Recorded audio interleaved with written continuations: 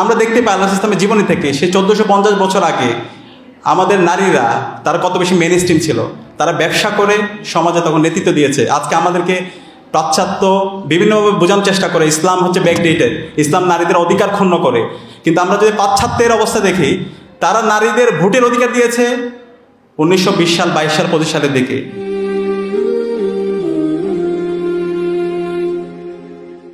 আজকের যে আয়োজন রাসূল ইসলামের সিরা, এই সিরা শুধুমাত্র যদি আমরা একদিন আয়োজন করি অথবা শুধুমাত্র একদিন আলোচনা করি তাহলে কিন্তু হবে না। রাসূল সাল্লাল্লাহু আলাইহি সাল্লামের জীবনী থেকে শিক্ষা, সেটা আমৃত্য আজীবন আমাদের এই রাসূল ইসলামের শিক্ষার উপর আমাদেরকে অটল থাকতে হবে। কোরআনের মধ্যে বলা আছে, লাকাদ কানা লাকুম ফি রাসূলিল্লাহি উসওয়াতুন হাসানা, যে আল্লাহ রাসূল সাল্লাল্লাহু আলাইহি সাল্লামের জীবনীর মধ্যে আছে তোমাদের জন্য সর্বোত্তম অনুকরণীয় আদর্শ। আমাদের ব্যক্তিগত জীবন কেমন হবে, আমাদের সমাজ জীবন কেমন হবে, আমাদের রাষ্ট্রীয় জীবন কেমন হবে, আমাদের সব জীবন আল্লাহ রাসূল ইসলামের জীবনীর মধ্যে চমৎকারভাবে বলা আছে।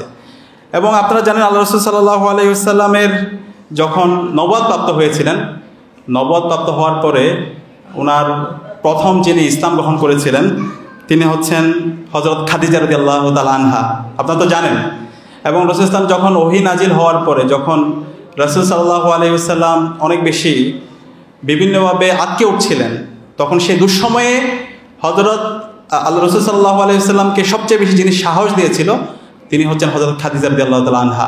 এবং খাদিজা রাদিয়াল্লাহু তাআলা আনহা তিনি একজন ব্যবসায়ী ছিলেন, সম্ভ্রান্ত পরিবারের সন্তান ছিলেন, সামগ্রিকভাবে রাসূল সাল্লাল্লাহু আলাইহি ওয়াসাল্লামের পাশে সবসময় ছায়ার মধ্যে ছিলেন। এবং আমরা দেখতে পাই আল্লাহ ইসলামের জীবনী থেকে সে 1450 বছর আগে আমাদের নারীরা তারা কত বেশি মেন স্ট্রিম ছিল। তারা ব্যবসা করে সমাজে তখন নেতৃত্ব দিয়েছে। আজকে আমাদেরকে পাশ্চাত্য বিভিন্নভাবে বোঝানোর চেষ্টা করে ইসলাম হচ্ছে ব্যাকডেটেড, ইসলাম নারীদের অধিকার ক্ষুণ্ণ করে। কিন্তু আমরা যদি পাশ্চাত্যের অবস্থা দেখি, তারা নারীদের ভোটের অধিকার দিয়েছে 1920 সাল, 22 সাল, 25 সালের দিকে। এর আগ পর্যন্ত নারীদেরকে সেকেন্ড ক্লাস সিটিজেন হিসেবে ট্রিট করতো। কিন্তু ইসলাম 1450 বছর আগে আল্লাহ রাসূল সাল্লাল্লাহু আলাইহি ওয়াসাল্লাম প্রথম দাওয়াতে যিনি ইসলাম গ্রহণ করেছিলেন তিনি ছিলেন একজন বর্ণাঢ্য ব্যবসায়ী, এবং তিনি ওই সমাজে নেতৃত্ব দিয়েছেন এবং আল্লাহ রাসূল ইসলামের পাশে সবসময় ছায়ার মতো ছিলেন। একই সাথে যদি দেখি ইসলামের যিনি শহীদ হয়েছিলেন প্রথম, হযরত সুমাইয়া রাদিয়াল্লাহু তাআলা, নারীদের মধ্যে হযরত সুমাইয়া রাদিয়াল্লাহু তাআলা শাহাদাতের ঘটনা আমরা জানি, তার সাহসী অবস্থান আমরা জানি। এবং আল্লাহ রাসূল ইসলামের স্ত্রী হযরত আয়েশা রাদিয়াল্লাহু তাআলা আনহা জানি, তিনি জ্ঞানের ক্ষেত্রে, হাদিস বর্ণনার ক্ষেত্রে তিনি অগ্রণী ভূমিকা পালন করেছেন। আল্লাহ রাসূল ইসলামের প্রায় 2000-এর অধিক হাদিস তিনি বর্ণনা করেছেন। এবং নারীরা শুধুমাত্র হাদিস বর্ণনা করে ক্ষান্ত হননি, একই সাথে আল্লাহ রাসূল ইসলাম যখন যুদ্ধে যেতেন সেই যুদ্ধের মধ্যে তিনি তাকে পরামর্শ দিয়েছিলেন। হুদায়বিয়ার সন্ধির সময় উম্মে সালমা রাদিয়াল্লাহু তাআলা আনহা আল্লাহ রাসূল সাল্লাল্লাহু আলাইহি ওয়াসাল্লামকে পরামর্শ দিয়েছিলেন। এবং পরবর্তীতে এই পরামর্শের ভিত্তিতে যুদ্ধে সবাই আল্লাহ রাসূল ইসলাম যখন কেউ হালাক করছিলেন, আল্লাহ রাসূল ইসলাম হযরত সালমা রাদিয়াল্লাহু তাআলা আনহার পরামর্শে তিনি হালাক করেছিলেন। এইভাবে আমরা দেখতে পাই ইসলামের ইতিহাস যদি পড়ি, রাসূল ইসলামের সিরাতে যদি পড়ি, আমাদের নারীদের অগ্রণী ভূমিকা ছিল। আমরা যে সভ্যতা চিন্তা করি, একটি সভ্যতা, একটি ইনসাফ ভিত্তিক সমাজ ব্যবস্থা, একটি আমাদের হচ্ছে যে ইসলামের কথা আমরা চিন্তা করি যে একটা পরিপূর্ণ জীবন ব্যবস্থা, সেই জীবন ব্যবস্থা যদি আমরা প্রতিষ্ঠা করতে চাই তাহলে আমাদেরকে নারী এবং পুরুষ সবার ন্যায্য অধিকার আমাদেরকে নিশ্চিত করতে হবে। এবং আল্লাহ রাসূল সাল্লাল্লাহু আলাইহি ওয়াসাল্লামের জীবনীর মধ্যে তিনি সবার ন্যায্য অধিকার নিশ্চিত করে গিয়েছেন। তো সেই জায়গা থেকে আমাদের আল্লাহ ইসলামের সিরা থেকে আমাদের শিক্ষা হচ্ছে আল্লাহ রাসূল সাল্লাল্লাহু আলাইহি ওয়াসাল্লাম যেই সমাজ ব্যবস্থার স্বপ্ন দেখিয়েছেন সেই সমাজ ব্যবস্থা আমাদেরকে প্রতিষ্ঠা করতে হবে, সেই ইনসাফের পথে আমাদেরকে অটল থাকতে হবে, সেই সত্যের পথে আমাদের লড়াই সংগ্রাম জারি রাখতে হবে।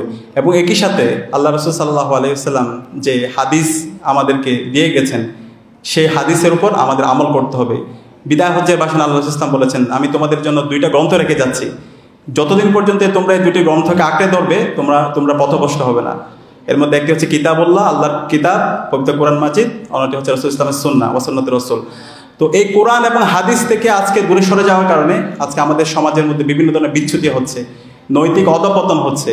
তো আমাদের কোরআন এবং হাদিসের ওপর অটল থাকা এবং কোরআন এবং হাদিসের আলোকে আমাদের সমাজকে বিনির্মাণ করাই হবে আমাদের মূল লক্ষ্য।